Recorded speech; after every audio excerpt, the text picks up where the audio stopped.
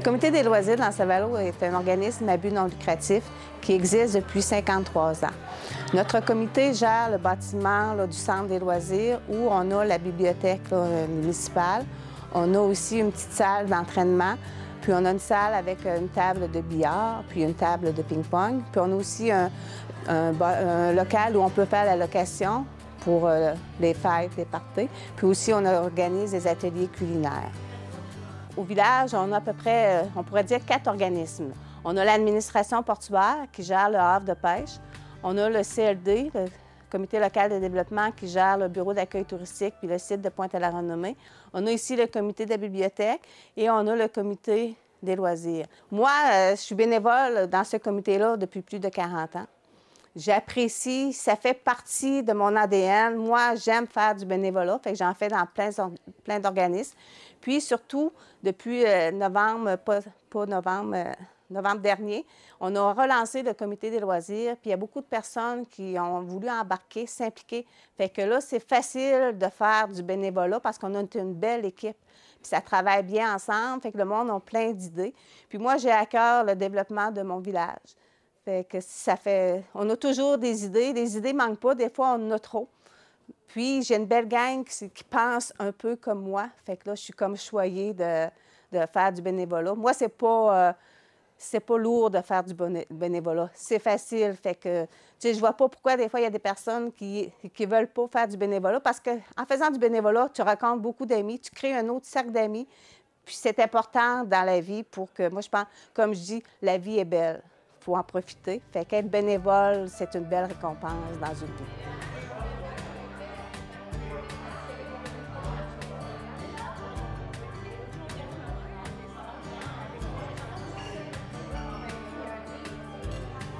Et je pense peut-être le déjeuner camping, ça a été créé avec le besoin de rassemblement de la population parce que plus ça va, il y a moins de restaurants aussi de disponibles dans nos coins.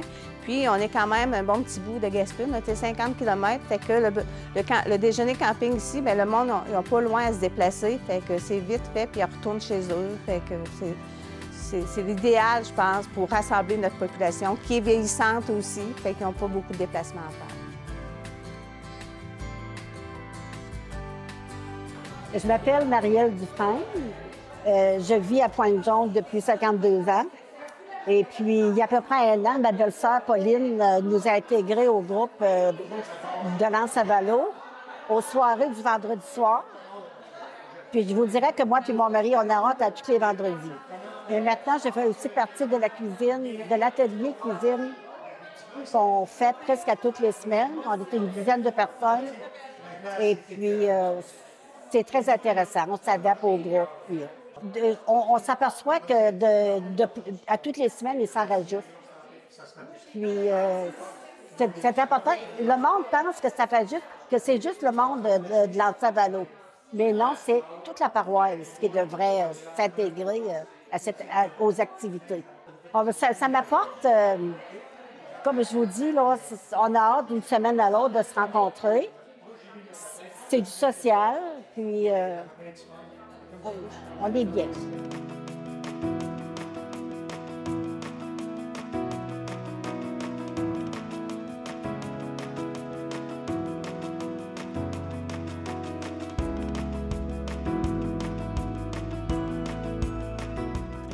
Le comité local de développement de l'Anse-Saint-Valo a été formé en 1992. Au départ, il y avait que 3 ou 4 femmes qui siégeaient sur le comité. Puis, c'est ces mêmes femmes-là qui, aujourd'hui, siègent encore sur le comité, entre autres, Mme Blandine Poirier et Priscilla Poirier. Je suis la présidente, mais j'ai aussi Sandra Perrault, qui est vice-présidente, Joanie Franqueur, qui est une merveilleuse directrice, ainsi que Rachel Dupuis, qui siège sur notre comité. On a organisé cette année, on a fait une transformation numérique à Pointe-à-la-Renommée. Et on a monté un projet de $1,5 million. On a tout changé, les expositions. Puis on a quelque chose de spécial cette année, c'est qu'on a une projection en soirée.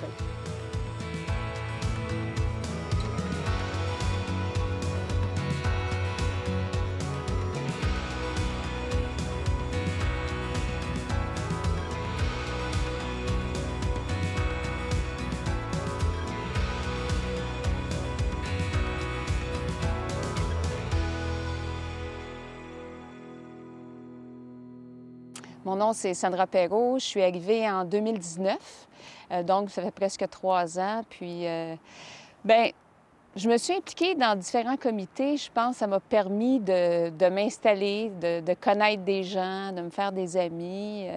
Puis ça m'a... j'étais une nouvelle retraitée, ça m'a comme animée là, de faire des nouveaux projets. Puis l'énergie de la gang, c'était vraiment le fun. Fait qu'on a commencé, j'ai commencé par m'impliquer avec le comité local de développement de l'Anse-à-Valleau. Puis le comité gère, bon, Pointe-à-la-Renommée, le jardin agricole TAP et le bureau d'accueil touristique. Puis le phare de Pointe-à-la-Renommée avait vraiment besoin d'une refonte. C'est un superbe endroit.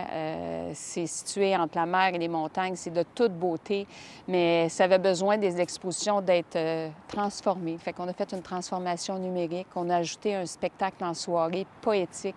Donc, je pense que les gens de la communauté l'ont apprécié. Cet été, beaucoup de locaux sont venus voir les spectacles, en plus des touristes. Puis ça permet au phare de vivre. Hein, ça assure une certaine pérennité économique là, pour le phare, puis pour le développement du village aussi. Puis ça l'anime tout le village. Je pense que c'est une identité, l'identité du village, c'est un peu à travers le phare. Maintenant, je me suis aussi impliquée par la suite, c'est la même gang, avec le Conseil des loisirs de l'Anse-à-Valleau. Puis là, on avait toutes sortes d'autres projets, c'est sûr, faire des petits ateliers, faire sortir les gens de la maison. Puis là, il y a des terrains qui sont devenus disponibles, des terrains de la ville. Donc ici, on est sur des terrains de la ville. Avant, il y avait des maisons ici, puis ça a dû être démoli dû aux tempêtes qu'il y a eu.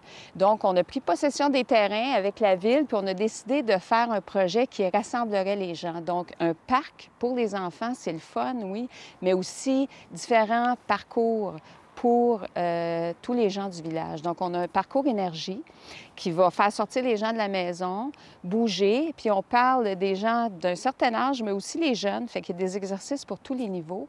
Puis, on va aussi expliquer l'histoire du village, parce que c'est le fun ici, dans L'Anse-à-Valleau, là, ça a grouillé, il y a eu des épiceries, il y a eu des garages, des moulins, toutes sortes d'affaires. Puis ça, on ne sait pas, tu sais, comme moi, comme nouvelle arrivante, là, je veux dire, fait que j'ai le goût de connaître ça, fait qu'on va faire des affiches thématiques qui va expliquer ça aussi. Puis c'est une boucle naturelle. Les gens marchaient déjà dans le village, ils faisaient la boucle ici. Alors là, on va l'animer avec des bancs, puis on connecte ça avec une autre boucle qu'on a qui s'appelle la forêt enchantée. Donc, ça fait un petit parcours à peu près de 5 km. Fait que là, c'est vraiment un parcours plus complet.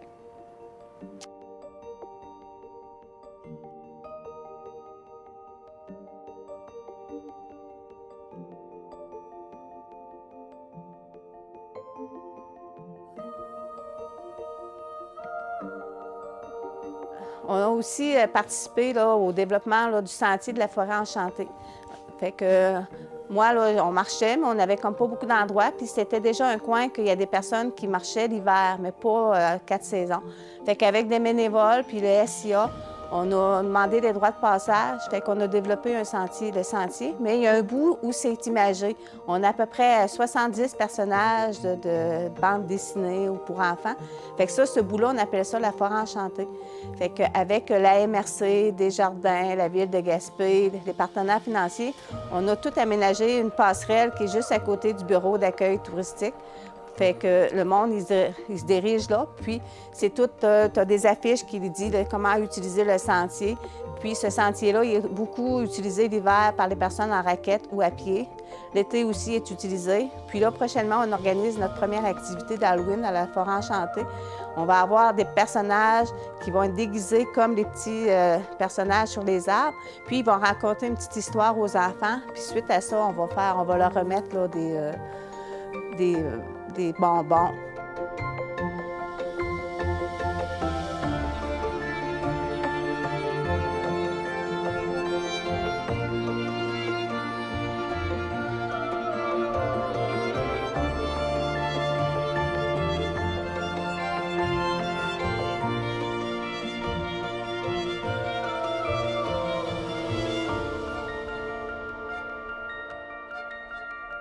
Bien, je trouve ça important de redonner un peu à la société. Là, ça a l'air beau dit comme ça, mais je pense qu'on le fait aussi pour nous au début. Hein? Je le fais parce que j'aime ça, j'ai du fun, on est des amis, on est inclusif, ça nous permet de rencontrer les gens du village. Là, je connais tout le monde dans le village, fait que c'est le fun. Tu sais, on marche, bonjour un tel, ça arrête chez nous, ça prend un café.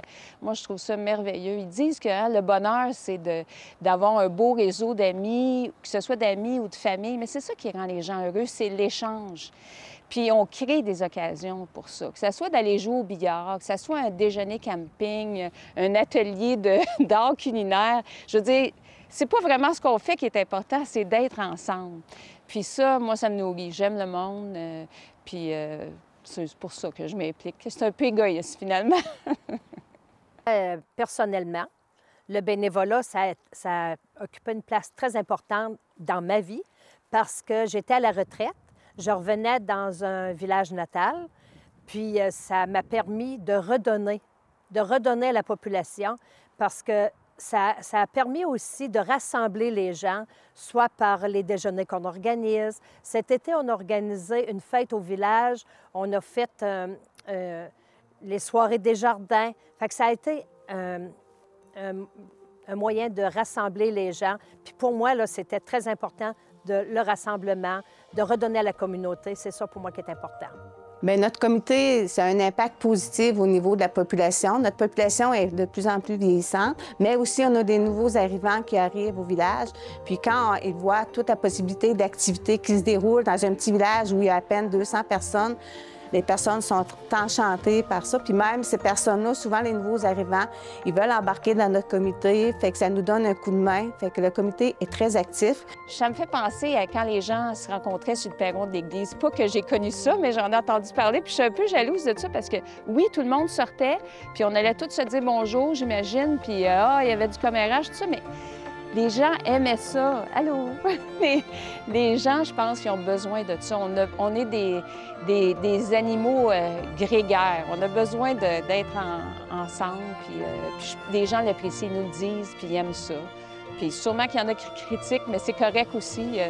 Finalement, moi, je dis tout le temps aux gens, impliquez-vous. Si vous voulez quelque chose de différent, bien, faites-en partie, puis vous allez driver puis diriger ça un peu. Là. Fait qu'on invite... On est très inclusif, je pense. On veut inviter les gens à participer puis à s'impliquer. Puis c'est pas des jobs à temps plein, là. On donne ce qu'on veut. Là, on est en train de faire le gazebo. Bon, bien, il y a des gens qui viennent donner une demi-journée parce qu'ils sont des bons menuisiers ou quoi que ce soit. Puis un autre fait d'autres choses. C'est pas une job. Des fois, ça fait peur aux gens, le bénévolat, là, mais on donne ce qu'on veut. Puis on n'est pas là pour critiquer. Il y en a qui donnent plus, d'autres donnent moins. Mais l'important, c'est que quand on additionne tout ça, on réalise quelque chose en commun.